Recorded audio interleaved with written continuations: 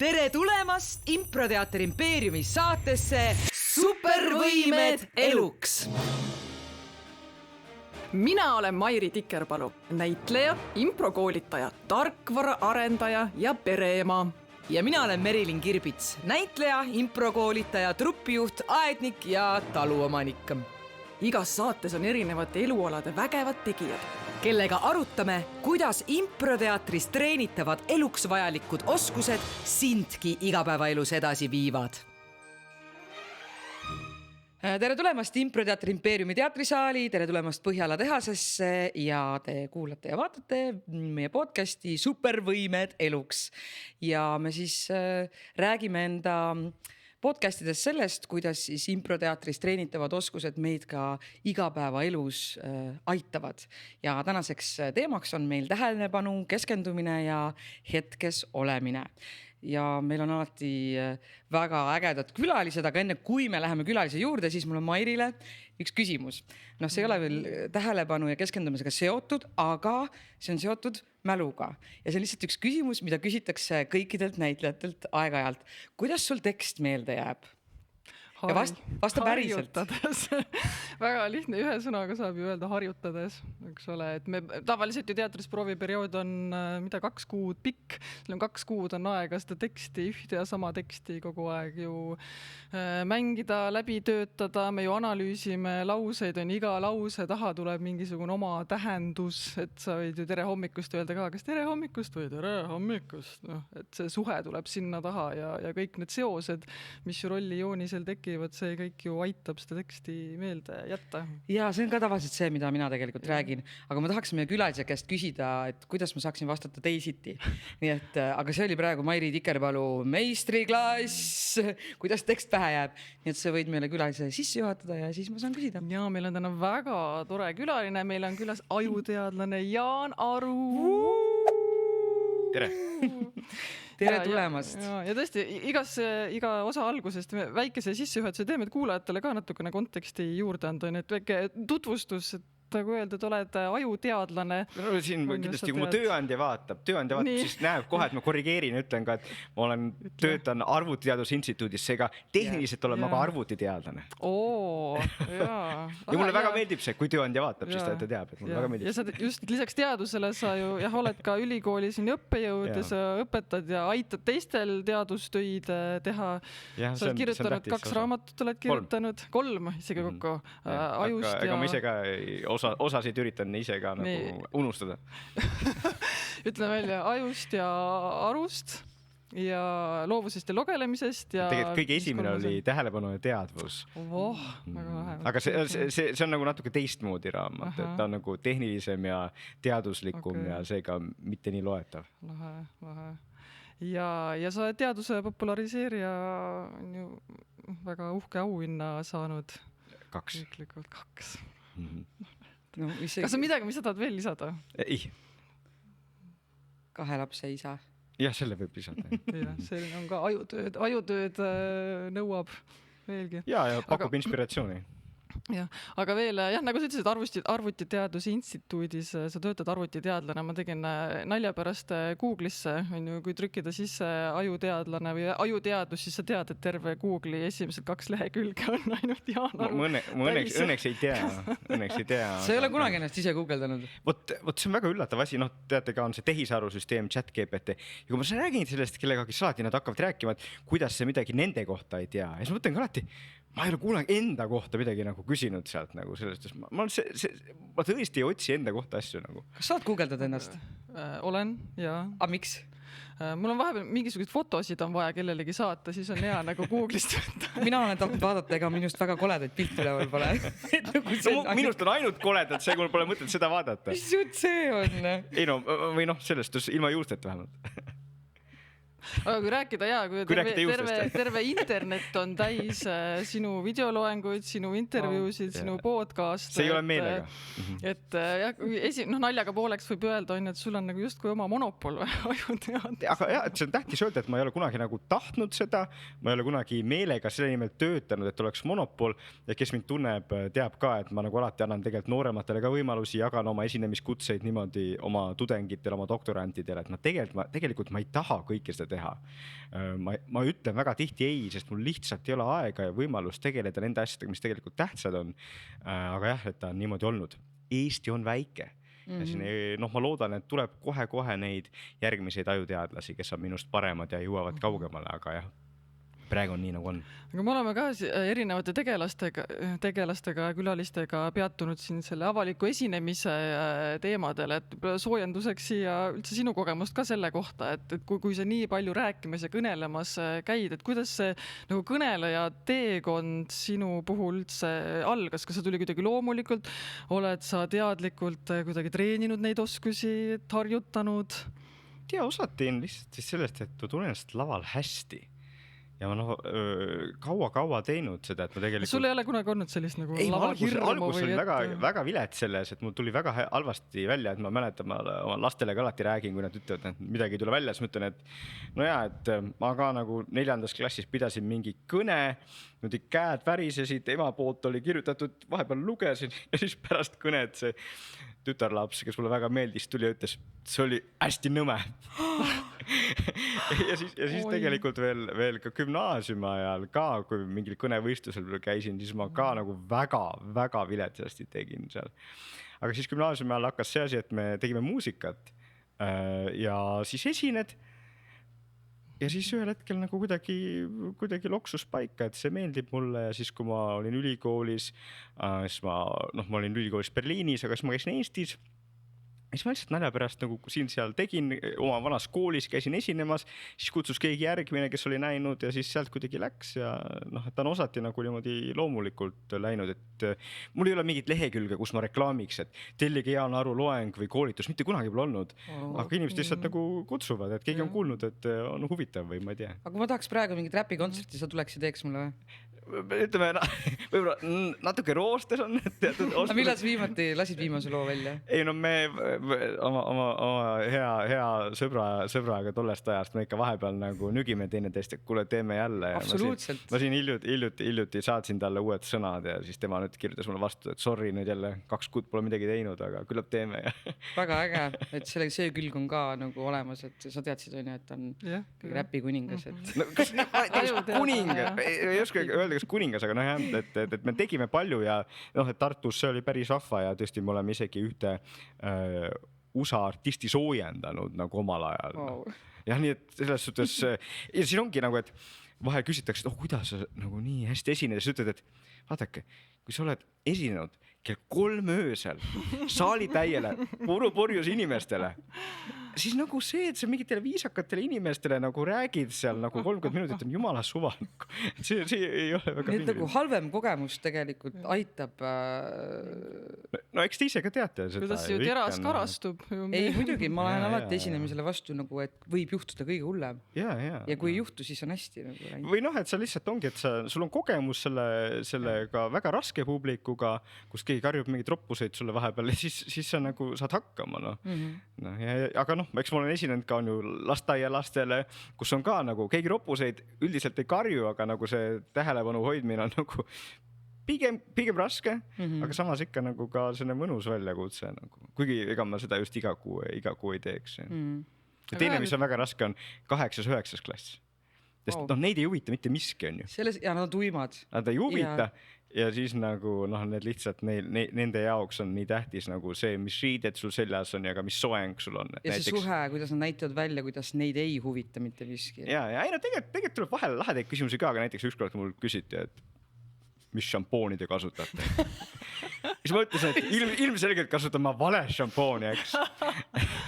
Aga et on raske, aga siis kohati, kui sa oled nii palju raskeid asju teinud, siis see, et sa normaalsetele inimestele teed nagu tavalises keskkonnas on nagu, ei ole keerukas, see mulle meeldib. See on õige. Tänane teema on meil tähelepanu, aga enne kui me lähme selle tähelepanu juurde ja keskendumise juurde, siis lihtsalt, et ma saaks vastata nendele, kes küsivad, kas sul tekst meelde jääb, mitte nii nagu Mairi ütles, kas sa oskad kirjeldada tehniliselt, kuidas meil asjad ajus meelde jäävad, mis seal toimub nagu, et ma kirjutan üles, siis ma saan vastata teisiti neile. Ei, Mairi vastas ju väga õigesti juba, et see on harjutades, aga me peamegi mõtlema seda niimoodi, et nagu me tahame, et tegelikult inimestele jäävad hästi meelde need nii-öelda, mis me ütleme selle kohta?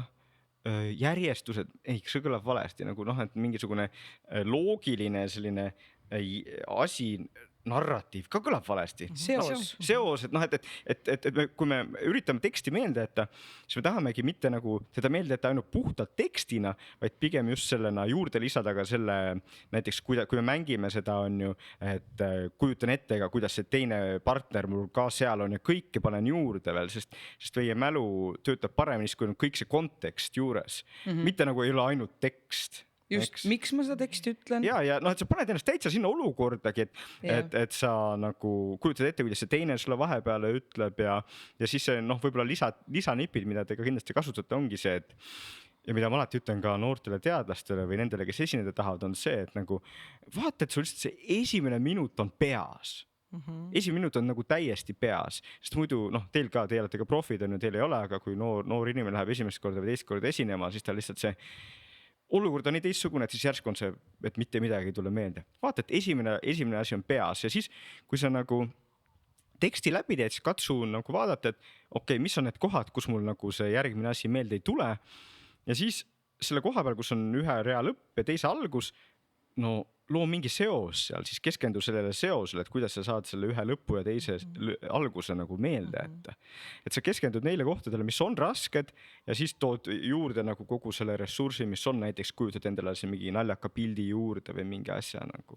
Kui mina Räpina aianduskoolis käisin ja õppisin ladinakeelseid nimesid, siis niisugused erinevad suguhaigused ja asjad ja mingid sõnad, mis kõlasid suhteliselt samamoodi, et ma jätsin nagu nende seosega meelde, sest muidu ei olnud võimalik seda ladinakeelset nime meelde jätta. Ja neid nippe on ju igasuguseid, mida tegelikult juba koolis kasutatakse, aga need ongi nagu täitsa loomulikud meie aju jaoks ka, et me üritamegi luua seoseid, luua pilte, mis me ette kujutame, eks on ju.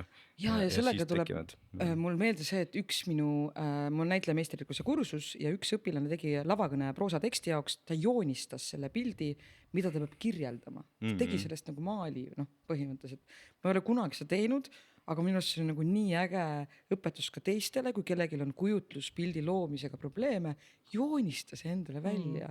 Ja sa oskad seda siis endale ette kujutada ka. Ja lava peal ju meil kehamälu töötab ka ülihästi või minu puhul näiteks, et on mingi tükk on ju, mida terve suvi ei ole mänginud või teinekord on isegi mingi aasta aega hooaeg on vahele jäänud, tulevad taastusproovid, meelde ei tule, aga siis lähed nagu lava peal sinna diivani nurka ja sellega tuleb see tekst ka. Siin diivani nurgas ma ütlesin seda asja. Meie mälu hästi palju kasutab seda konteksti, et ei ole ainult nii, et on tekst või numbrid või midagi, vaid kõik koos ja mida rohkem me neid asju nagu koos kasutame, seda parem ka on. Aga kui minu ees on üks inimene ja ma näen, et tal on tõsiseid probleeme sellega ja ma püüan temaga koos leida neid seoseid, aga tal on ikkagi raske, see on kõige raskem asi tema jaoks, et kas siis tal on midagi nagu, kas tal on seostega probleeme või tal on lihtsalt, ta on erinev lihtsalt? Ei no eks me kõik oleme erinevad selles suhtes, et meil on erinevad tugevused, minul näiteks üksene nüüd, kui ma ta välja ütlen siin saates muidugi, siis ta ei ole enam salajane probleem, aga minu salajane probleem on see, et mu näiteks nägude mälu on väga kehva.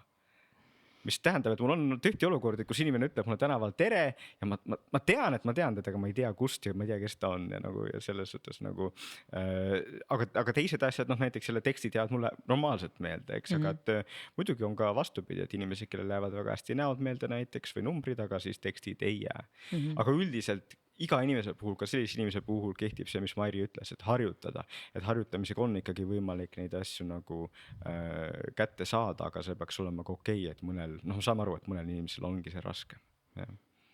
Aga kui nüüd rääkida sellest tähelepanust ja hetkes olemisest, et üks põhjustest, miks ma tahtsin pühendada osa nii-öelda sellele teemale, on see, et nii palju, kui ma ise olen õpetanud improt, et meil on improteatri kursused, kus inimesed tulevadki ja tahavad improt õppida, meil on rakenduse ja improkoolitused, kus me siis teeme meeskonnatöö, mingit koolitust, loovuskoolitust, kus me siis kasutame impro põhimõtteid ja mida ma hästi palju kuulen, et inimesed ütlevad pärast tunde on see, et issand, kui mõnus, et mul mingi tunni pooleteist jooksul, mul ei tulnud kordagi nagu pähe, et ma ei tea, mis see töökaaslane mul täna halvasti ütles või et mida ma õhtul lastele süüa teen, et nagu täielik puhkus.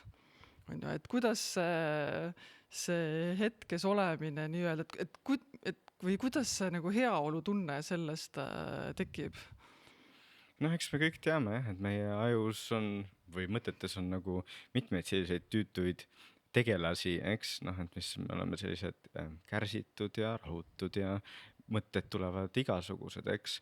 Ja siis tegelikult noh, inimestel on jah läbi aegade alati olnud neid tegevusi, mis neid nagu eemale tõmbavad nendest mõtetest, eks. Noh, et nii palju, kui me teame, siis nagu juba ammu, nagu kui me läheme 200,000 aastat tagasi, siis ka on ju noh, inimesed, mis nad õhtuti tegid lükke ümber, rääkisid lugusid, tantsisid, tegid selliseid asju, mis nagu tõmbas keha kaasa, tõmbas mõtte kaasa ja tegi sellist asja ja ma osati arvan, et kuna tollal see tants ja ühine tegevus seal nagu oli nii nagu gruppi ühendav, siis ta on seetõttu ka nagu meile tänapäeval nagu mõnus, eks. Et me teeme midagi, mis on teistmoodi ja kus meie enda üksikisiku mured ja mõtted nagu kaovad. Et ta natukene niimoodi, ma ei tea, kas on poeetiliselt öeldes, et ta ühendab meid nagu selle meie liigi ajalooga. Kas on poeetiline või liiga imelik, mida öelda, aga noh, igatahes mõtlesin niimoodi. Väga ilusti öeldud. Ja me kõik peaksime mingid taolised asju otsima endale, nagu kus meil on võimalik seda saavutada, sest see on tegelikult see puhkus mõtlemise jaoks, eks. Aga ajul on vaja selliseid hetki, et ta tõesti ongi, et ma keskendungi mingile ühele nagu asjale. No see on eriti hea, no siin on mitut tüüpi keskendumist on, aga see, mis on, me rääkisime sellest kohalolust, kus sa oled nagu, et see ei ole nagu see kohati väga raske keskendumine, eks, et sa lähed nagu kaasa sellega, mis tehakse, see justkui iseenesest tõmbab sind kaasa ja hoiab sind kaasas, eks, et see on selline lihtsam keskendumine, aga siis noh, võib-olla ka seda tüüpi keskendumine, kus teed midagi väga keerukat, on ju. Noh, kujutame ette, et sa sõidad autoga väga kiiresti, pead sõitma sellepärast, et sa just lähed sünnitusmajja või ma ei tea, mis iganes on ju. Aga et sa pead hästi keskenduma ja siis see võib olla tegelikult nagu ka stressirohke see keskendumine. Aga noh, mõlemat tüüpi keskendumine on midagi, mida me vahel peame tegema.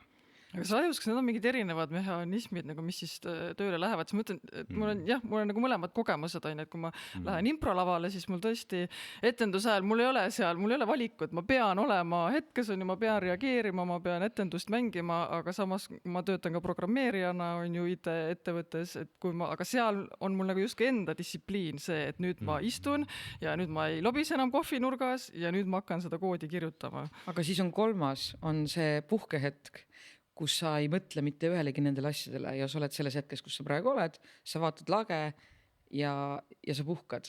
Minu arust see on päris keeruline. See on väga keeruline minu arust. Ja võime sinna ka veel jõudma, aga 4. on veel see, kus sa nagu ongi siis nagu, sa teed mitmeid asju korraga, sa nagu ei keskendu, sul on mitu erinevat tööülesannet või asja, mis on pooleli, kogu aeg tähelepanu liigub ühest kohast teise. Ja see on nagu võrreldes nende eelmiste 3, mis me oleme rääkinud, nagu tegelikult kõige mõttetum seisund, aga kahjuks on see seisund, kuhu me kõige rohkem nagu jõuame või kuhu see keskkond meid kõige rohkem surub, aga jah, need esimesed 3, millest me oleme rääkinud, on nagu põnevamad ja noh, küsisid, et kas on ajus erinevad. Üldine reegel on, et kui meile tundub, et mingid asjad on erinevad, siis nad on erinevad. Selles suhtes, et see, et meil üldse nagu erinev tunne on, see tähendab, et peavad olema erinevad ajumehhanismid, sest nagu kõik tunded on seotud ajuga ja siis, kui me erinevad tunded on, siis noh, järelikult on natukene erinevad need mehhanismid ka. Aga mis siis ajus nagu toimub, kui me tõesti nüüd keskendume ja oleme fokusseeritud millelegi võrreldes siis selles hetkes, kui ma ainult reageerin, on ju ma ei tea, minu käest küsitakse midagi, see on nutitelefon, on ju, teeb selle plingi, pean minema. Mingil tasemel on vastus, ega me täpselt ei teagi, sellepärast, et inimaju uuringutel on omad piirid, eks on ju. Teil on siin kenad sellised asjad peas, mis näiks nagu me mõõdaksime midagi teie ajust, eks, aga tegelikult kui niimoodi ajust asju mõõta, siis sa oled väga viletsa kvaliteediga need andmed, et sa ei saa tegelikult midagi nagu öelda selle kohta, mis mehhanismid on. Ja siis me saame nagu natukene spekuleerida, me teame suurel skaalal tõesti, et nagu see, kui inimene on nagu mõttes nagu rohkem nagu oma asjade üle, see aktiveerib nagu sest aju keskel olevaid võrgustikke, see, kui me keskendume mingile asjale, see aktiveerib teatud rohkem otsmikussagarat ja nii edasi, aga noh, et meil ei ole nagu sellist võib-olla sellist minu jaoks rahuldavat vastust, mis ütleks, et noh, et nii on ühtepidi või nii on teistmoodi, noh. Natukene teame, et on erinevad neurotransmitterid ja nii, aga noh, ühesõnaga lühidalt me teame, et on erinevad mehhanismid, aga me nagu ei suudagi neid väga täpselt kirjeldada. Aga seda keskendumist on võimalik treenida, aju on nagu võimalik treenida, et ma suudaksin rohkem olla nii-öelda sellises, ma ei tea, režiimis, et ma jah, mõtlen, keskendungi ühele asjale versus see, et siis kogu aeg reageerin. Jah, no see peamine nipp on see, et mitte ei peaks esimese asjana hakkama nagu üritama mingit keskendumistrenni teha, vaid nagu esimene asi peaks olema see, et me teeme oma keskkonna korda, on ju, noh, et kui mis inimeste probleem tavaliselt on, et nad ütlevad, et neil on raske keskenduda ja siis vaatad, mis nad teevad seal ja siis nagu iga sekundi taga hüppab, on ju siin arvutiekraanil mingi töölaua märguanne, on ju, siis keegi helistab kogu aeg, telefon teeb piip ja siis muidugi nagu mitte keegi ei suudaks nii keskenduda, eks. Nii et esimene asi, mis me alati, kui me tahame nagu keskenduda ja paremini nagu näiteks tööülesande juures olla, siis tuleks mõelda nii, et need töölaua märguanded ei ole minule kasulikud, kõik need välja võtta. Minu arvutis näiteks, mul ei ole ühtegi töölaua märguannet, eks. Ja telefonis kõik välja lülitanud. Ja see on täiesti normaalne. Ja, et mitte midagi kuskil ei vilgu. Ma ise otsustan, millal ma lähen vaatan ja see on nii mõnus. Just, ja see on üks väga konkreetne soovitus ka kuulajatele ja vaatajatele, et nagu kui te ei ole veel teinud, tehke, sellepärast, et te tahate ju seda tegelikult, et teie kontrollite, millal te teete mingeid asju, mitte telefon või siis arvuti või keegi teine inimene kontrollib teie nagu seda tegevust, on ju. Ja isegi nagu, kui me räägime mingi ettevõtte sees, kus võib-olla mõnel teist on ülemused, on ju, siis ma ütlen ka alati, et nagu ülemus peaks ka aru saama, et kõige parem töö tuleb siis, kui see inimene saab nagu keskenduda ja siis, et vähemalt teatud ajaetappidel nagu päevas ei peaks tal olema nii, et igale meilile peab koheselt vastama ja niimoodi, vaid et võiks nagu see kõik rahulikumalt võtta. Et see on see, millest ma rääkisin, selle nii-öelda 4. seisundi puhul, et meie keskkond surub meid sinna, et kogu aeg peab meilidele vastama, kogu aeg peab midagi tegema, kogu aeg on töölaua märguanded ja siis ongi ajus on selline segapudel, kus sa tegelikult ei saagi rahuneda, sa ei saa puhata ja sa ei saa ka seda, mida siis sa ütlesid, et siin teinekord mõni saab siin improteatri koolitustel, et ta lihtsalt ongi nagu mingis asjas sees, kõik muud asjad on eemal ja seetõttu see tundub mõnus. Jah, see on nagu võtte tegelikult, kuidas seda teha, et improteatri koolitusel sind aidatakse tuua sind sellesse hetkesse. Et ka luuakse see keskkond on ju selleks. Me teeme selle keskkonna ja mina juhendajana ka väga konkreetselt nagu teadlikult tegelen kohe alguses sellega, et luua see keskkond, kus me saame olla kõik kohal, on ju, kus mingisugused hirmud maha võtta, on ju, kus me võime eksida, kus me võime hullata, lõbutseda, ennast vabaks lasta, et väga teadlikult tegelen sellega. Aga see tähelepanu probleem vist tundub, et praegusel ajal räägitakse sellest lihtsalt nii palju, aga see on ikkagi tulnud sellest ühiskonna muutusest, eks ole, et see ei ole ju varem nii suur probleem olnud, et no meie ümber lihtsalt on ju tohutult palju seda informatsiooni ja siis meie ajud, see on olnud meie ajude tugevus, et me tahame uut teavet, me tahame uut informatsiooni ja see on see põhjus, miks me oleme jõudnud mikrofonide ja kaamerate asjadeni, eks, kuna me tahame uusi asju, luua. Aga nüüd oleme sinna jõudnud, et meie ümber on nii palju uut informatsiooni ja siis aju nagu osati nagu tahaks kõike seda tarbida, tahaks mitte maha jääda, on ju. Aga see tekitabki selle probleemi, kus sa siis tegelikult sa ei saa kohal olla, sellepärast, et kogu aeg on kiire, kogu aeg on midagi teha. Et see teine soovitus ongi nagu tegelikult nagu julgelt võtta endale igasse päeva need hetked, kus sa ei teegi midagi või siis oledki nagu tead, et okei, seal võib olla 1000 meile, 1000 uudisetükke, aga mina praegu olen eemal, ma teen muid asju. See on nii keeruline.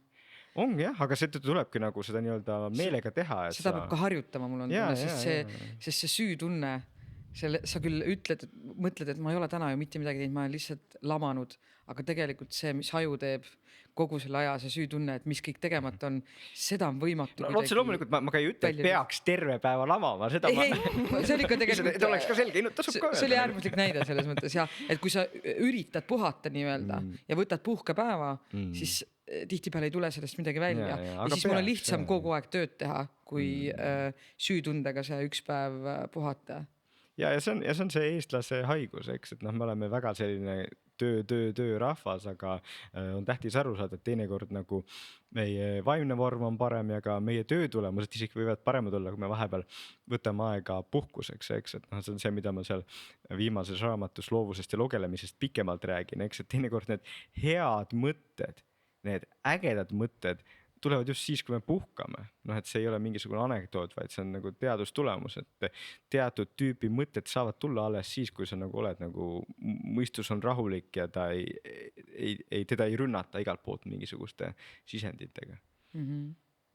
Ma praegu kuulasin, kuidas sa rääkisid sellest, et kuidas ajule on vaja või kuidas aju tunneb mõnu sellest uudsusest ja ma praegu siin hetkel mul hakkasin mõtlema selle peale, et kas üks osa nagu sellest impro heaolu tundest või inimesed, kes nagu improga tegelevad, on ka see, et iga hetk impros on ju uus. Et ma ei ole kunagi varem nagu selle pilguga mõelnud, aga ma praegu jäin mõtlema. Sest et jah, meil on küll mingisugused harjutused, mingid mängud, mida me kordame, mingid formaadid, aga see sisu, nagu mida inimene toodab, ma ei tea, iga kord, kui ta seal tunnis käib, et see on ju uus, et see on ka üks asi, mis seda heaolu tunnet nagu tekitab.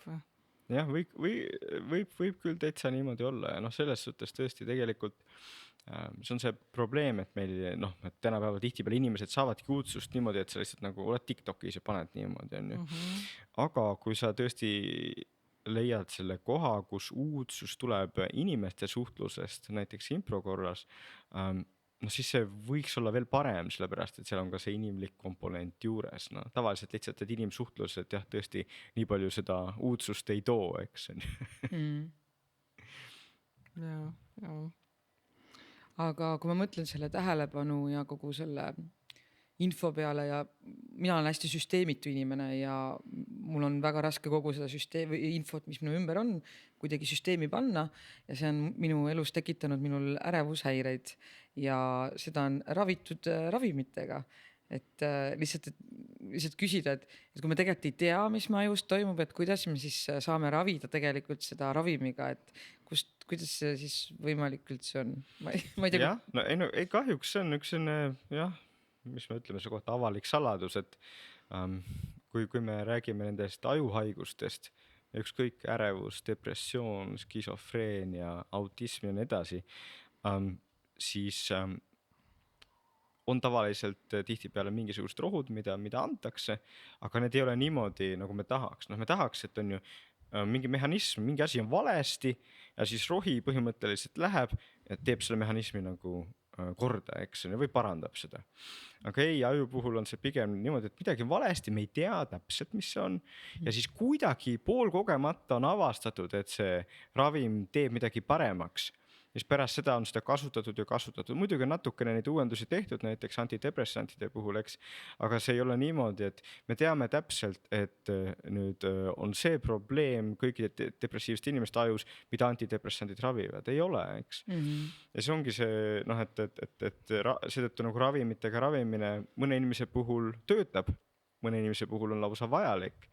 Aga on palju inimesi, kelle puhul see ka ei tööta ja siis tegelikult tasubki leida neid hoopis teistmoodi asju, näiteks mingeid tegevusi enda jaoks, mis teevad rõõmsamaks või mis võtavad seda ärevust ära.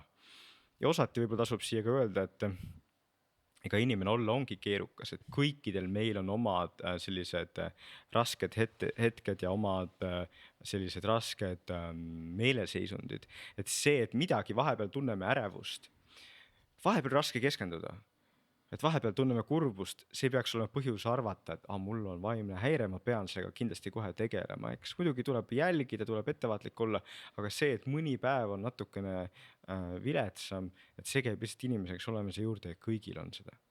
Ma võin tuua hea näite, mõni päev on natukene viletsam. Meil kõigil on ilmselt olnud neid hetki, kus me mõtleme, et appi, kus meie aju on. Et mul on küll piinlik tunnistada, aga mina sellel aastal unustasin oma abikaasa sünnipäeva ära. ja ma olen kas sa teed avaliku vabanduse, see on väga moes. See on koht, see on võimalus sul tegelikult nagu natukene. Vabandust.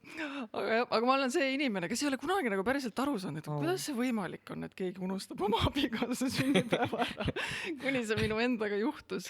Ja noh, see oli ka see aeg, kus ma olin just tagasi tööle läinud pärast on ju lapsehoolduspuhkust esimesed päevad tööl, kuidas laps lasteaias harjub, et kogu ärevustase oli natuke suurem võib-olla nendel päevadel kui muidu. Ja ma teadsin, et millal nagu tal on see sünnipäev, aga ma ei olnud aru saanud, et see päev oli juba kätte jõudnud. Ja siis hommikul tema juba ärkas vara üles, tegi oma jooksuringi ja panime lapsed ilusti, söötsime kõhud täis, viisime koos lasteaeda ära ja siis ta viis mind veel autoga tööle ära. Terve aja mõtles nagu mina ütlesin, et head päeva. Ja siis ta mõtles, et nüüd on üllatuspidu, nüüd tuleb üllatuspidu. Ja siis ma läksin tööle ja siis mu töökaaslane küsis, et kui kuskilt Facebookis oli näinud ilmselt teavitus, et et kuidas siis Mihkli see vananemine on ju tuli täna hommikul. Ja sellel hetkel ma oleks peaaegu nutma hakanud, mõtlesin, see ei ole võimalik. Aga miks sa ei valetanud ja ei läinud õhtul üllatus?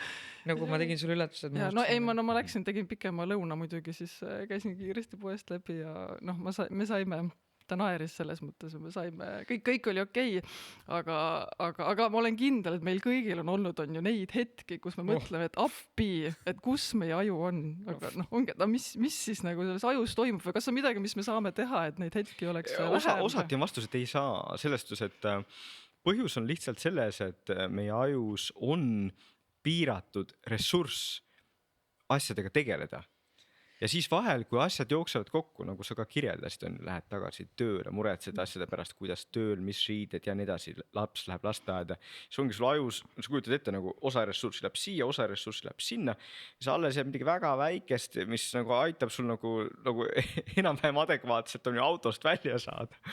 Ja tegelikult seda, et sul oleks veel niimoodi ajus see võimalus nagu tabada, mis päev on, mis kuupäev on, et seda ei ole. Ja teine kord on nagu selline pooljuhus ka, et oleks sel päeval nagu pooljuhuslikult nagu kalendrisse jäänud vaatama, siis oleks taibanud on ju seda on ju.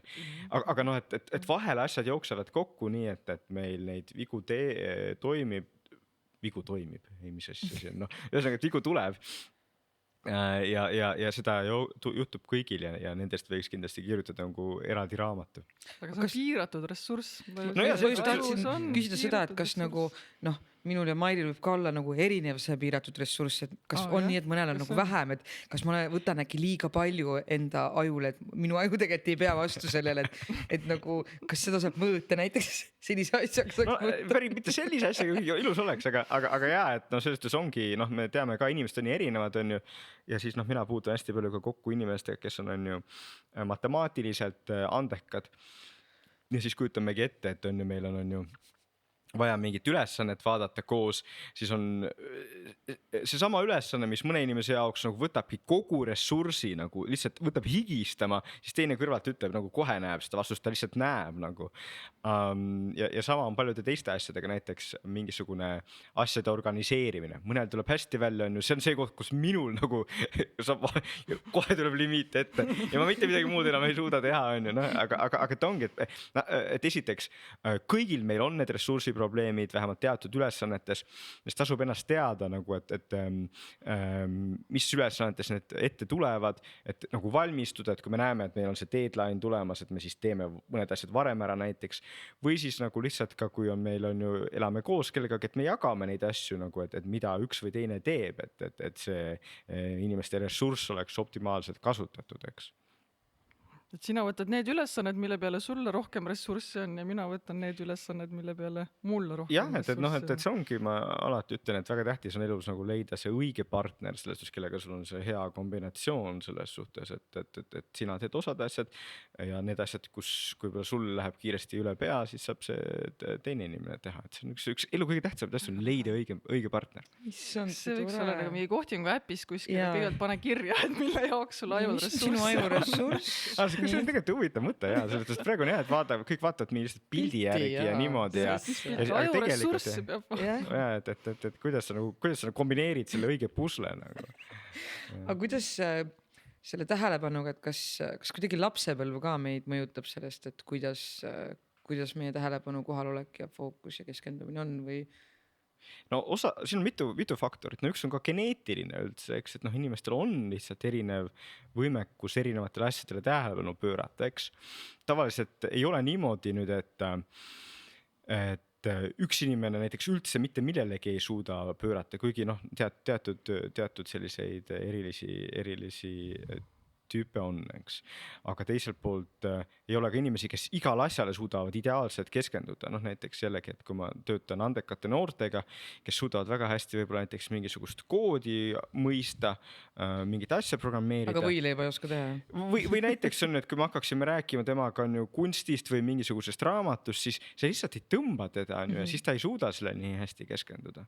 Jah, et see asi, mis sind huvitab. No ja, ongi tegelikult, et me üldse nagu tihtipeale ei mõtle sellest, et tegelikult nagu motivatsioon on üks põhiasi, mis nagu üldse tähelepanu määrab, et kas see asi nagu motiveerib minu aju nii, et ma pööran selle tähelepanu, eks see on ju, kas on väga tähtis. Noortega teheski sa püüad tegelikult kogu aeg aru saada ja pakkuda hästi palju erinevaid asju, et saada aru, et mis sellele noorele siis päriselt huvi pakub, mis teda hakkab motiveerima. Jah, et kuhu ta läheb ja noh, täpselt see on see, mida minu viimase raamatu sõnum ka, et noh, me ei peaks mõtlema niimoodi, et me koolis näiteks näeme, et see laps on andekas, see on vähem andekas, vaid peame aru saama, et mõnel lapsel nagu on koolis see akadeemiliste ainetega see, et tal nagu leiab oma selle asja, aga need on vähemuses on ju. Ja teistele me peaksime tegelikult koolis pakkuma nagu erinevaid asju huvialast ja nii, et näha, et mis on sellele inimesele sobiv.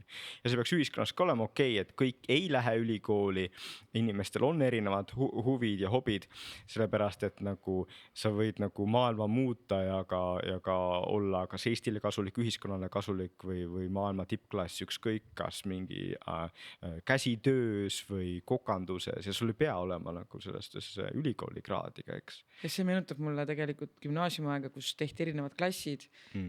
B-klass oli nii-öelda pro-klass, kes siis olid sellised ajukamad inimesed ja teised olid siis nii-öelda A-klassis.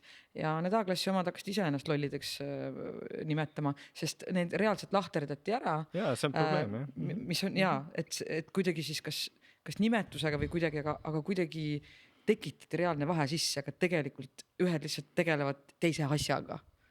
Ja see on väga suur probleem, ütlen ma, kui ma käin õpetajate ees või haridusvaldkonna inimeste ees, ma alati ütlen, et inimestel, direktoril, õpetajal, tal tekib see nii-öelda arvamus, intuitsioon, see on nutikas, see on vähem nutikas, aga me ei tohiks seda absoluutselt usaldada, sellepärast, et see, mis on mingi 6. klassis või 10. klassis, see ei loe, sellepärast, et mõni nendest lastest, kes 6. ja 10. klassis on niimoodi on ju, kui ta siis 22-aastaselt leiab enda huvi ettevõtluses, siis ta võib ülikiiresti areneda, ta suudab ülihästi keskenduda, suudab ülihästi õppida, tööd teha ja siis ta muudab maailma, eks. Nii et me ei tohiks kunagi nagu ühtegi noort inimest maha kanda, vaid mõelda niimoodi, et okei, me ei ole veel leidnud seda, et mis teda tegelikult niimoodi köidab. Meie süsteem lihtsalt ei luba seda, et me saaksime kõike proovida või kõike pakkuda neile. Et mis üha rohkem see võiks niimoodi olla. Mina olen üks nendest, kes seda ka nagu selle poolt on, et me lasemegi rohkem proovida, et kooli ülesanne peaks olema tegelikult, minu arvates, peaks olema see, et inimesed leiavad, kes nad on või vähemalt saavad paremini aru. Ja kui nad kooli lõpuks ei ole päris leidnud, et siis neil on vähemalt see nii-öelda tööriistakast, et edasi otsida, eks. Aga mitte see, et kooli lõpus nagu on sul mingid hinded ja siis pead tegema mingi valiku ja sa ei tea absoluutselt, mis need asjad ülikoolis on ja sa ei tea üldse, et on võimalus nagu kuskil mujal midagi õppida nagu või mingit muud asja nagu ülikooli väliselt teha ja et me peaksime selle keskenduma, et inimesed leiaksid, et mis neid huvitab, milles nad head on, mis neile meeldib, kus nad ennast hästi tunnevad ja kuidas areneda ja siis oleks kõigil nagu parem ühiskond. Pisar silma selle jutu peale, kui ise kasvanud oled. See on nagu, issand jumal, ma tahan lapsi teha siia maailma, kui selline. Ja oleks tore, lihtsalt, et nagu selge oleks, et see ei ole päris reaalsus. Kus sa tee see kool, kõik lapsed tahavad sinna kooli. Ei, õnneks tegelikult Eestis on neid koole. Ja, et on ikkagi koole, kui me vaatame ka Eesti nagu eliitkoolides nagu näiteks algklassides hindeid ei panda osades koolides enam. Jumalast normaalne asi, eks, miks sa pead hindeid panema, aga kui meie noored olime, siis pandi on igal pool.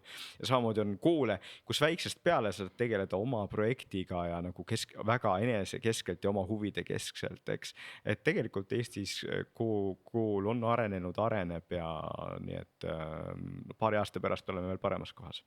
Kui me räägime õppimisest, kas mingil hetkel on see, et aju tegelikult ei võta enam vastu või kas see vanusega kuidagi muutub, et kas on mingi aeg, millal on hilja tegelikult õppima minna, kas see on mingi no ei, see väga, väga hea küsimus ja sest, et noh, kui me kuulame ka seda, mida räägitakse, siis ikka on hea, et oi, see kriitiline aeg on ju seal niimoodi esimesed 7 aastat ja siis pärast seda on väga raske.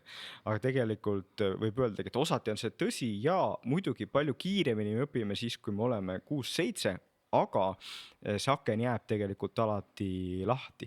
Noh, mina ise näiteks on ju siin koolis mind üldse bioloogia ei huvitanud, aju absoluutselt ei huvitanud, ma hakkasin tegelikult ju õppima sellest alles 19-aastaselt neid asju on ju. Enne ma mitte midagi ei teadnud sellest on ju. Aga on veel drastilisemaid näiteid inimestest, kes hakkavad maalima alles siis, kui need on 70-ndates ja saavad selles väga heaks. On inimesi, kes asuvad kirjutama alles hilises eas on ju, või näitlema ja ikkagi saavad selles asjas väga heaks. Et sellest kunagi pole hilja ja võibki mõelda nii, et üldiselt nagu aju võimekus õppida väheneb, aga sel hetkel, kui sa leiad selle teema, mis nagu tegelikult huvitab, siis järsku su see võimekus nagu keskenduda ja õppida paraneb tohutult. Kui sa oled oma teemas, siis sa saad asju teha, mis muidu oleks võimalikud ainult lapse ajul. No igapäevaselt, kui me teeme erinevaid asju, siis on asju, mis meeldib rohkem või mis mitte.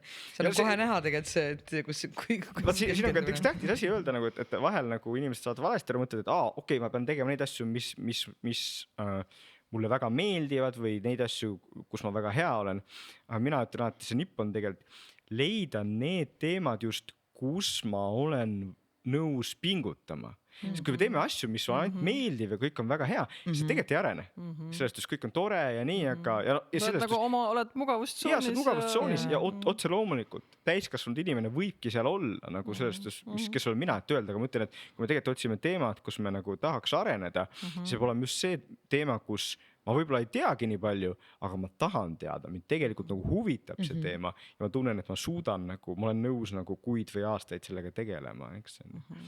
See surve on küll tegelikult olnud noorest peale, et kelleks sa saada tahad, et liiga vara on see, et sulle tehakse see pinge, ehk kui sa gümnaasiumi lõpuks ei tea, mida sa teed või tahad, siis oled sa nagu läbi kukkunud, et tänapäeval ma loodan, et see arvamus on muutumas, sest me elame lihtsalt nii palju pikemalt, eks meie tööiga ongi siis võib-olla 50, mõnel 60 aastat võib-olla pärast kokku on ju, kui pensioniiga tõstetakse. Ja siis tähendabki, et siis eriti vahet ei ole, mis sa esimesed 5 aastat teed. Eriti vahet pole, kui sa esimesed 10 aastat otsid tegelikult oma asja, et täiesti okei peaks olema ja ka see, et inimesed teevad neid vahetusi, nagu see peaks ka olema okei. Mina ise olen nagu teaduse sees neid vahetusi teinud, mis on nagu siiski piiritletud ala, aga tavaliselt teadlane ka nagu sa hakkad mingit asja pakas või magistritöös tegema ja siis sa terve elu nagu teed seda asja. Mina olen nagu hüpanud, on ju see, et ma nagu alustasin psühholoogias, siis läksin ajuteadusesse, nüüd olen ju arvutiteaduses, tegelen tehisharuga, et see ei ole nagu selline tüüpiline asi.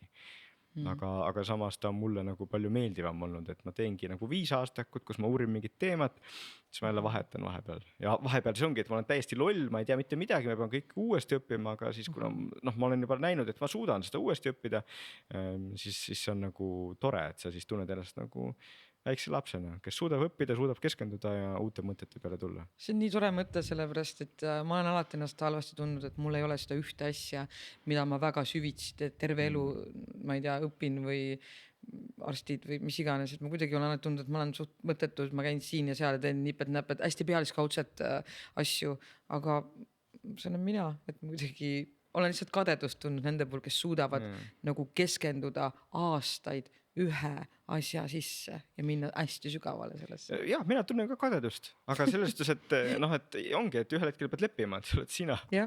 Ja selles suhtes ongi, et nagu ja, et Nobeli auhinda on raske saada, kui sa ei keskendu nagu 15-20 aastat ühele teemale, aga noh, selles suhtes teiselt poolt saab käia siin podcastides ja muid asju teha nagu selles suhtes. Aga kui rääkida sellest hetkest, kui inimene leiab selle motivatsiooni hetke oma elus, siis kirjelda meile enda oma. Et kui sa ütled ka, et 19-aastaselt jaa, ei, see oli selles suhtes tõesti nagu selles suhtes uskumatu hetk, mida ma olen siin-seal ka varem kirjeldanud, et see oli nii, et see psühholoogiat õppides Berliinis ma nagu kohati oli natuke igav ja siis olin raamatukogus, lugesin raamatuid. Siis isa oli mulle rääkinud mingist autorist, mis tema oli kirjutanud referaati kunagi, no ma olen alati nagu papsi jutud on ju, jama. Aga siis nagu ma vaatan, seesama autori raamat, okei, no ma loen.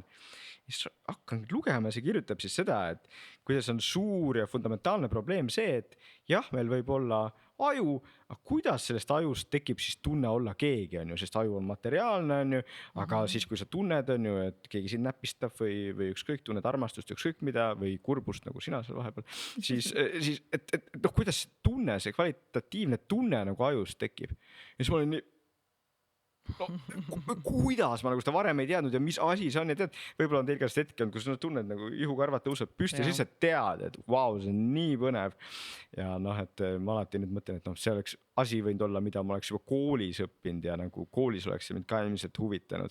Aga tol hetkel ta lihtsalt nii võimas, et ma olen üksi raamatkogus ja lihtsalt nagu tõesti nagu noh, täitsa muutis mind inimesena, et siis ma nagu põhimõtteliselt olingi peamiselt, üritasin sellest probleemist paremini aru saada ja lugeda ja ongi paari aastaga siis tegelikult ehitasin ennast üles on ju ja siis juba paari aasta pärast kirjutasime koos professor Bachmanni käest esimest raamatut ja noh, sest oligi, et kui sa saavutad selle, et sind mingi teema huvitab, siis sa suudad kiiresti õppida, sa suudad kiiresti süveneda ja nii edasi. Nii et minu jaoks see hetk oli jah, selline elu muutev hetk. Jah, sa küsisid ka selle vanuse kohta, et mul on endal ju improtrennides ringides käinud ka inimesed, kes on 60-70 aastased, noh tänapäeval see ei ole ju ka mingi vanus, aga on näha, kuidas esimestes tundides, et meil on mingid harjutused on sellised reaktsioonikiiruse peale, et peab hästi kiiresti reageerima, et on näha, et iga kord, kui nende kätte kord jõuab, siis on ju mäng jääb toppama,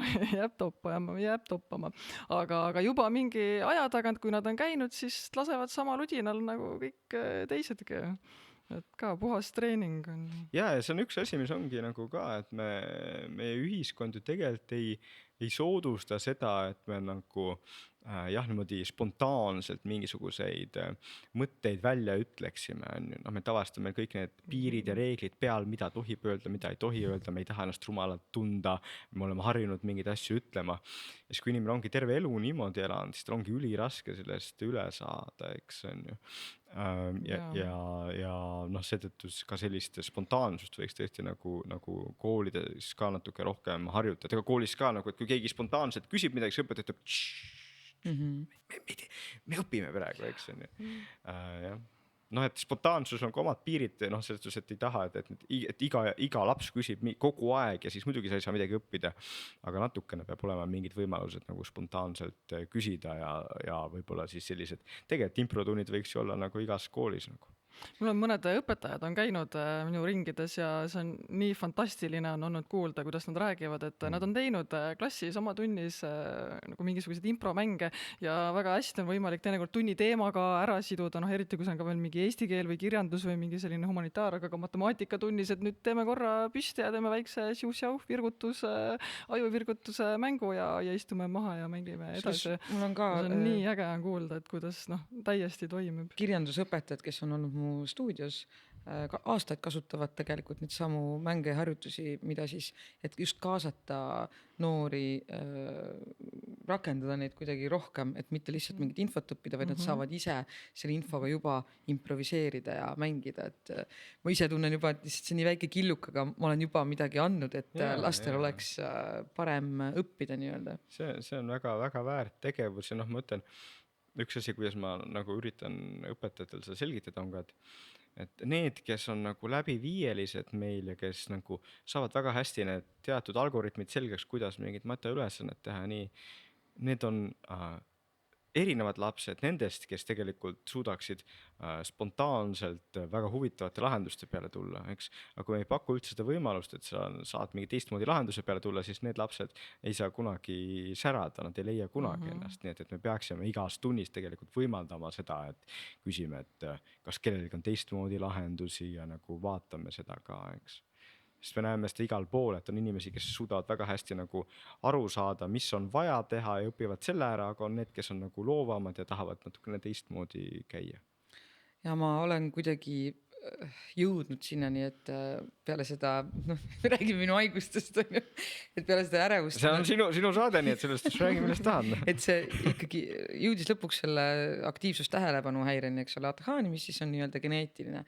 Mis tegelikult mingil hetkel tegelikult tõi selle rahu mulle, et nüüd ma saan aru, miks ma olen selline olnud, et ma ei ole lihtsalt olnud rumal või laisk, vaid et ma lihtsalt olengi teistsugune ja ma tegelikult ei olnudki valmis neid rohtusid võtma, sest ma saan aru, et tegelikult see ATH on ka mind kujundanud läbi elu selliseks, nagu mina olen. Et võib-olla ma tõesti ei suuda keskenduda mingisuguse asjale või süstematiseerida aga ma ise arvan, et mingil hetkel ma võin olla loovam tänu sellele hoopiski. Et see leppimine sellega, milline ma olen, on tulnud ikkagi läbi selle teadmise nii-öelda. Ja, et see, siin on mitu aspekti, mida võiks puudutada, et ühelt poolt just, et võib-olla lühidalt öelda, et see ATH diagnoosimine ei ole väga täpne tihtipeale, seda on väga raske diagnoosida ja siis ongi natukene meil on see, võib-olla seda diagnoositakse natukene liiga palju, eks, kuna kõik teavad sellest ja siis on kõik nagu valmis, mitte kõik, aga paljud lähevad sinna psühhiaatri juurde ja siis nagu kui sa ütled õigeid asju, siis sa saad selle diagnoosi, eks. Ja teine aspekt on see, et tõesti diagnoosil ongi kaks aspekti, et üks on see, et kenasti esile tõid on ju, et ta võib nagu sind rahustada, sest okei, see on nii ja ma olen sellega nõus, aga teiselt poolt diagnoos on ka natukene mõne inimese puhul nagu see, et oi, nüüd on kõik läbi ja ma olen nagu, et kõik on tuksis, mul on diagnoos ja minust ei saa midagi. Et siin ongi tähtis siis nagu just aru saada, et see diagnoos tegelikult on pigem infokild. Tänapäeva maailmas ei tähenda see absoluutselt, et siis asjad ei võiks enam töötada või midagi ei saaks teha. See on see vahva asi meie tänapäeva maailma juures, et praktiliselt igal inimesel on mingisugune roll võimalik leida, eks. Hea näide on ka autistid, eks, kus nagu, kui me läheme nagu 50 aastat tagasi, oli väga raske neile mingisugust tööd leida, aga tihtipeale vähemalt osade autistlike inimeste puhul neil on väga hea nagu võime töötada koodiga on ju, ja siis tegelikult nad saavad olla programmeerijad teatud tingimustel ja nad saavad tööd leida. Ja samamoodi on ju, et ongi, sina oled ju siin, sa teed oma asja, teed seda improteatrit ja ei ole nii hullu midagi, eks. Ei ole hullu midagi. Me rääkisime sellest keskkonnast, et kuidas see keskkond mõjutab seda tähelepanu ja keskendumist ja üldse, ja et kas mina juhin seda või mingi muu asi juhib mind, et mul on tihtipeale tekib näiteks nutitelefoniga on see olukord, et mõtled, et et üks mingi email on vaja ära saata, võtad selle telefoni kätte, 15 minuti pärast paned telefoni käest ära ja tõused püsti ja ma pidin selle emaili ära saatma, et aga mis ma tegin see 15 minutit seal. Miks me jääme nagu sinna lõksu või mis seal juhtub? Sa võtad selle telefoni kätte, sul on mõte, eesmärk on ja see eesmärk on kohe kadunud. Ja, et esiteks on jälle väga inimlik, aga teiseks jah, see viis, kuidas sellest mõelda on see, et me inimesed, meil on teatud nõrkused, magusa suhtes ka on ju, aga teine nõrkus, mida lühidalt mainisime juba, on see info suhtes, et meile meeldib uus info, eks. Ja siis need teatud programmid nutiseadmetes, nad on loodud selleks, et tõesti seda nõrkust ära kasutada, on ju. Nad teavad, et see on see, mille peale inimene on nõus aega kulutama ja et me ei saa selle vastu. Et on meeskonnad ja spetsialistid, kes nagu töötavad selle nimel, et teha see seade selliseks. Ja mitte seade isegi või tegelikult võiks olla nutiseade nagu täitsa nagu kasulik asi, aga just see, et seal on programmid nagu TikTok. Just TikTok kõige kiirema infoga üldse, kõige kiiremini vahetub info, ehk inimene on võimalik võtma ainult järjest lühemat infot vastu. No ja see ongi nagu huvitav ju vaadata ka seda, kuidas areng on olnud, eks, et kus ta on kus vanasti oli nagu Facebook, kus olid mingisugused postitused, siis ta läks üha rohkem nagu lühikeste asjade peale Twitter ja pildid ja nüüd on praktiliselt kõik need keskkonnad pakuvad ka mingisugust seda lühivideode asja, sest on leidnud, et see on kõige optimaalsem, et inimese tähelepanu hoida, eks. Ja mis minu probleem sellega ongi, et see programmid tegelikult kasutavad ära inimese loomulikku nõrkust, eks. Ja see ei ole hull, kui nüüd siis täiskasvanud inimene 15 minutit vaatab, see ei ole ju hull. Aga nüüd me oleme rääkinud täna sellest, et noor inimene, tal oleks võimalus leida oma teema, on ju, nagu ta peab natuke otsima, ta peab natuke tegelema. Ja siis nagu tuleb see programm ja noh, ma räägin hästi palju noortega, see on neid Eestis palju, kes on 7-8 tundi päevas lihtsalt panevadki, lihtsalt vaatavad nagu niimoodi TikToki, eks. Ja ei ole niimoodi, et sealt üldse ei võiks midagi asjalikku leida. Võib, aga tihtipeale sellest, kui sa vaatad juba pärast 15 minutit, tegelikult sa oled sellises zombi seisundis, kus sa ei ole enam nagu aktiivne kaasalööja või aktiivne mõtleja, vaid sa lihtsalt oled see tarbija. Kas see on ka loomingu surm või? No ta on, selles suhtes, ja selles suhtes, et sa võiks ju tegelikult selle ajaga midagi muud teha ja võimegi ette kujutada, kuidas inimene nagu mõtleb, et ma lähen otsin mingit informatsiooni, on ju, et ma näiteks kirjutan raamatut või teen mingit etendust, on ju, otsin mingit asja ja siis tegelikult kaob sinna mitmeks tunniks, siis on päev läbi, ta ei saanudki tehtud seda asja, eks. Ja see probleem ongi see, et need programmid on nii võimsad niimoodi väljast poolt meie tähelepanu haarama ja hoidma ja selle vastu nagu need nii-öelda loomulikud, toredad, inimlikud tegevused, mis meil on nagu lihtsalt ei saa nii hästi, eks. Ja see on see põhjus, miks ma nagu üldse selle probleemiga nagu tegelenud olen, et see mulle tundub nagu ebaaus, eks, et siin nagu inimene või eriti laps, ta tegelikult ei saa mingit kasu sellest, aga lihtsalt siis nagu tema see nagu potentsiaali ja tähelepanu nagu imetakse välja, on ju. Minu kogemus on nagu, et lapsevanemate seas ka tekkinud justkui nagu kaks leerioni. Ühed on need, kes väga teadlikult nagu hoiavad last nutitelefonist eemale nii kaua kui nagu võimalik. Või kui hädapärast on midagi vaja seal näidata või tõesti mingi väga konkreetne asi on ju, et vaatame siis järgi, milline see nartsiss on ju välja näeb, et siis teeme seda. Ja siis mingid lapsevanemad, kes mõtlevad, et aga see 2-aastane, 3-aastane, aga ta kasvabki sellises ühiskonnas, meil ongi need nutiseadmed, ta peabki nagu õppima, ma ei tea, nendega tegelema või nendega harjuma, et siis siin see nutiseade ongi. Ja, et see on väga-väga raske seetõttu Eestis just, et me arvame, et me oleme tehnoloogiariik ja digiriik ja siis et peaks kandma võimalikult vara, aga see on lihtsalt väga-väga vale või halb loogika, eks. Näiteks me kõik nõustume, et autod on hea tehnoloogia, eks, aga see ei tähenda, et me oma 6-aastasele anname autovõtmed, mida varem sa lähed, proovid tänaval, seda paremaks autojuhiks sa saad, Või mootorsaega on ju näiteks, oma 3-aastasele mootorsae, palun, mida varem sa tegeled tehnoloogiaga, seda parem. On ju. Et see selles suhtes see argument tegelikult ei ole õige. Tegelikult õigesti mõtlemine on see, et enne peavad lastel olema oskused ja arusaamad sellest, mis on õige, mis on hea, kuidas oma aju kasutada, kuidas nagu õppida. Ja siis nad võivad telefonid saada, eks, et me peaksime enne andma kogu selle tausta, mitte lootma, et anname teile telefoni kätte võimalikult vara ja siis ta kuidagi ise õpib. Ei õpi, sellepärast, et just need programmid, millest oleme siin rääkinud, nad tõmbavad nii enda sisse, et see laps ta ei suudagi neid teisi asju õppida.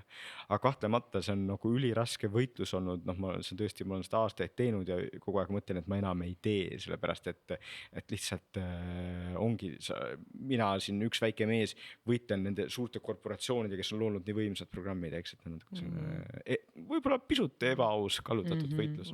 Mul on kuskilt hästi meelde jäänud sinu mingi mõttekäiku, ma nüüd julgen seda interpreteerida, aga just see, et mitte ei oleks seda, et lapsel või ma ei tea inimesele, et mul on igav, on ju huvi, ei ole millegi vastu, et võtan kätte ja nagu scrollin, vaid vastupidi, et kõigepealt peab huvi millegi vastu tekkima ja siis sa võtad kätte ja uurid näiteks selle teema kohta, on ju, või vaatad, et mida on veel tehtud. Et küsitakse alati, mis on siis õige vanus?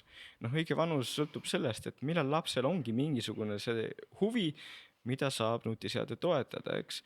Et kui ta 6-aastaselt juba joonistab päris hästi siis tegelikult see, et ta sealt nutiseadmest nagu vaatab, näiteks õpetatakse, kuidas joonistada mingit lindu, väga asjalik, või tal on seal joonistusprogramm, millega ta tegeleb, see on täitsa okei, on ju.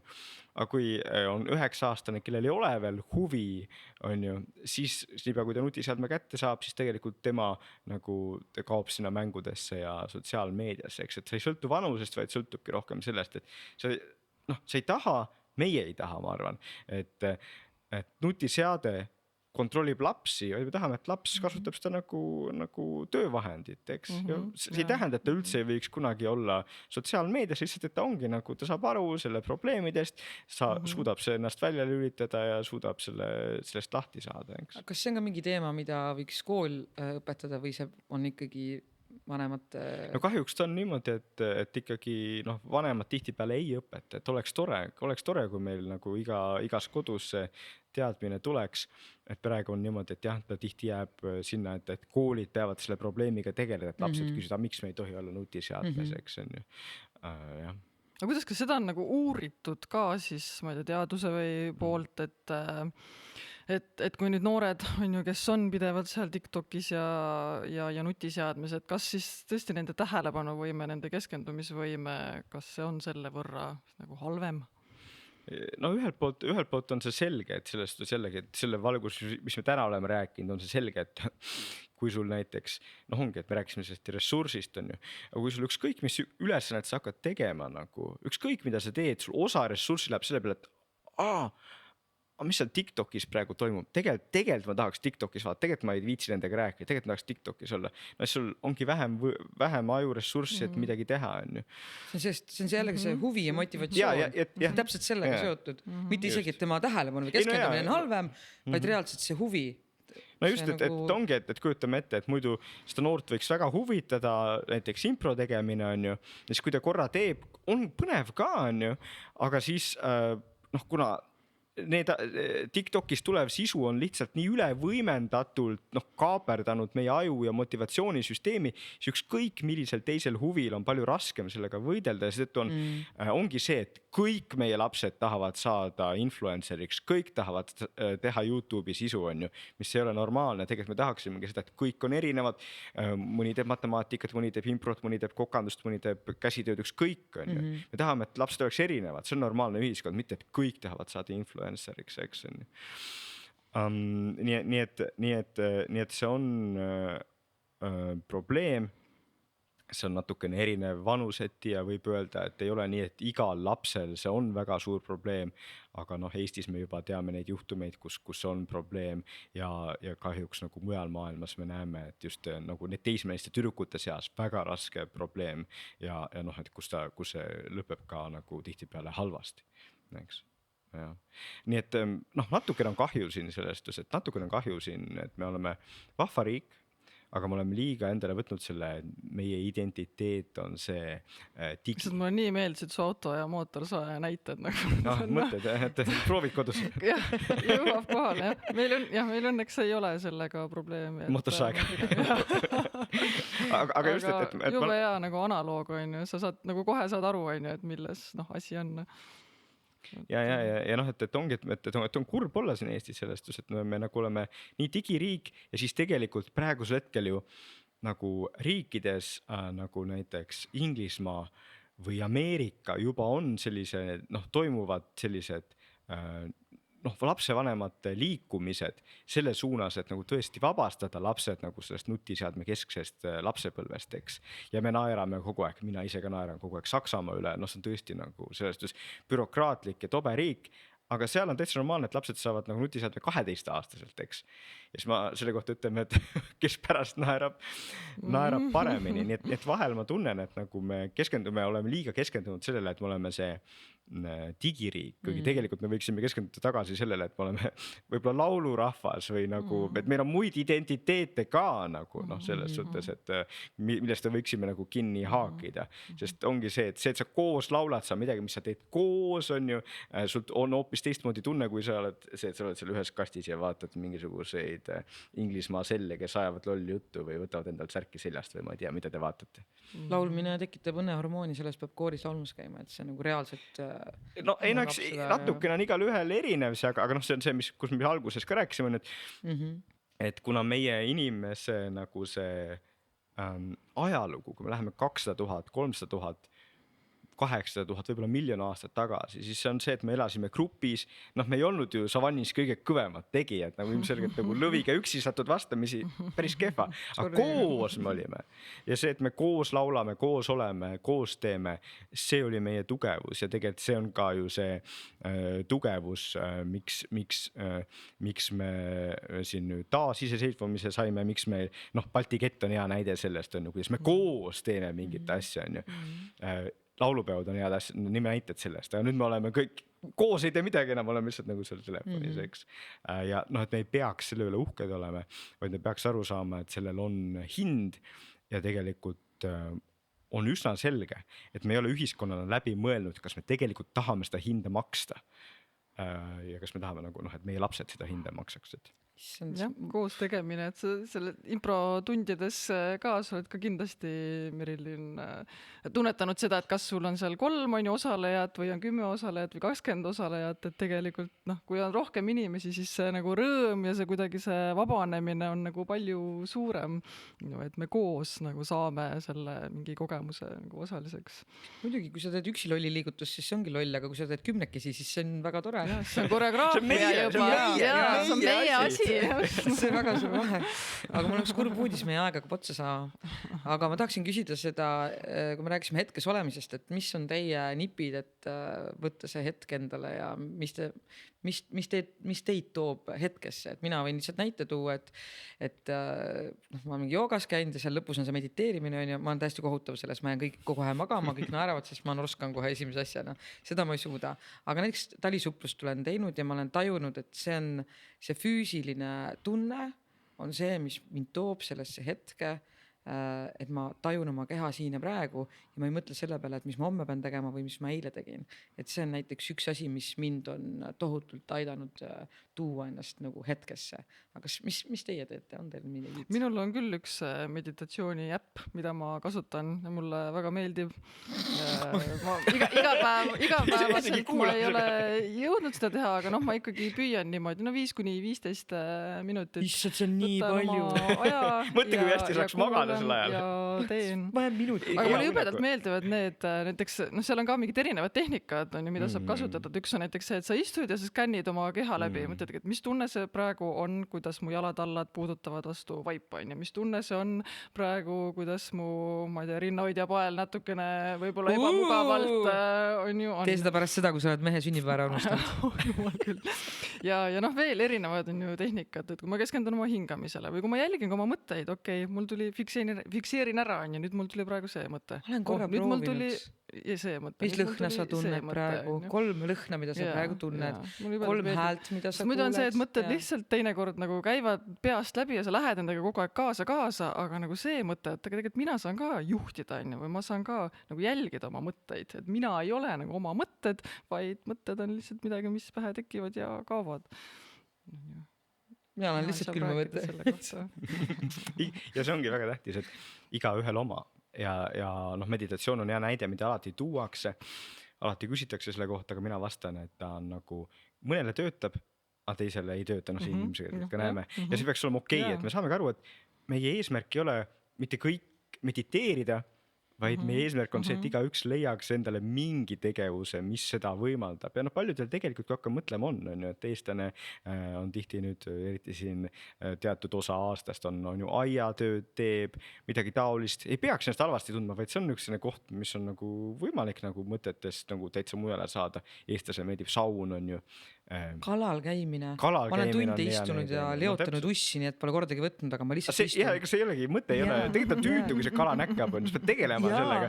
Jumalast teha, nüüd ei näkka.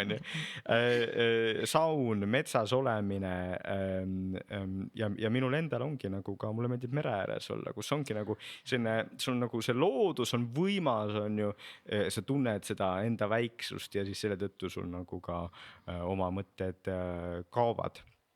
aga minu jaoks samamoodi ka esinemine on selline koht, kus tegelikult mulle meeldib nagu see, et sa oled nagu seal kohal ja siis sa nagu sul ei ole aega ja võimalust tegeleda muude mõtetega ja viimaks ka tegelikult selline podcast'is arutamine on tore, et sa nagu saad vabalt olla, rääkida huvitavate inimestega, kes on imelikes riietes ja nagu noh, et see kokku ongi, et see on selline ühine tegevus, kus saab natukene teistmoodi mõelda.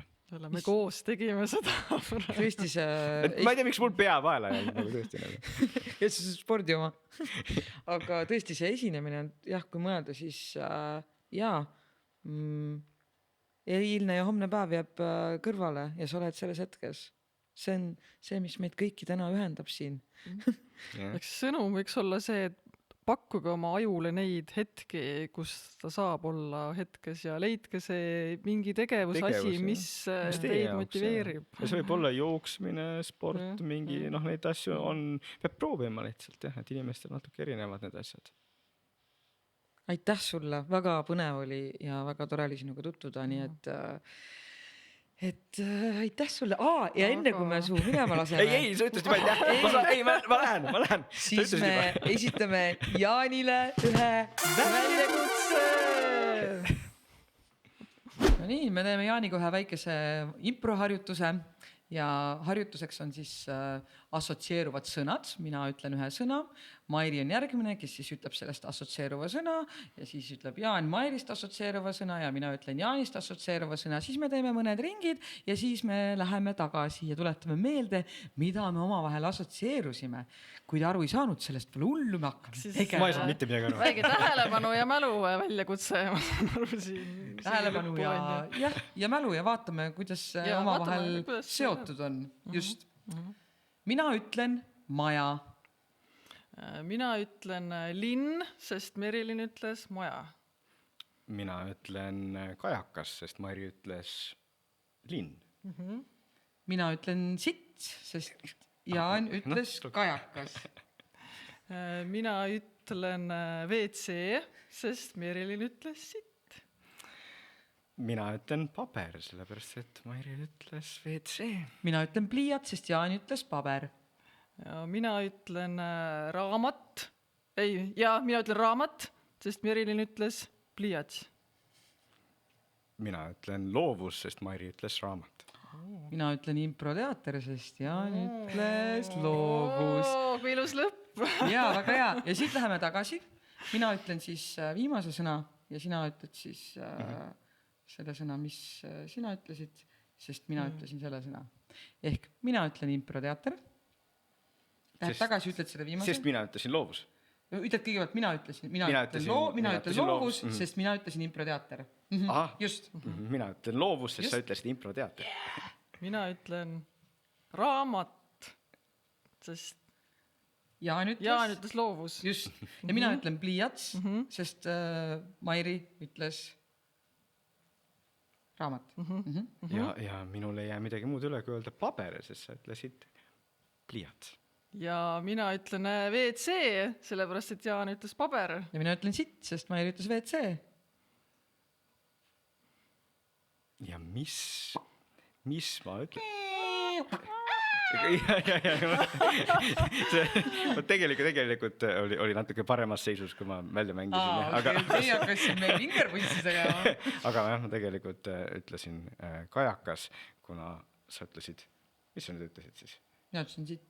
Ja täpselt, mina sõnu ei tea. Tegelikult sa ütlesid kajakas, sellepärast Mairi ütles... No nüüd ta kohe ütleb, mis ta ütles. Kus see kajakas tuli? Mis enne kajakat oli? Mis sa võisid öelda? Ei no küll kohe tuleb.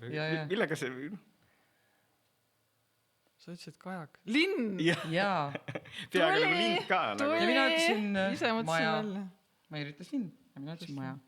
Sellest alustasin. Jäi mendu. Palju raskem kui podcast ise, aga nagu...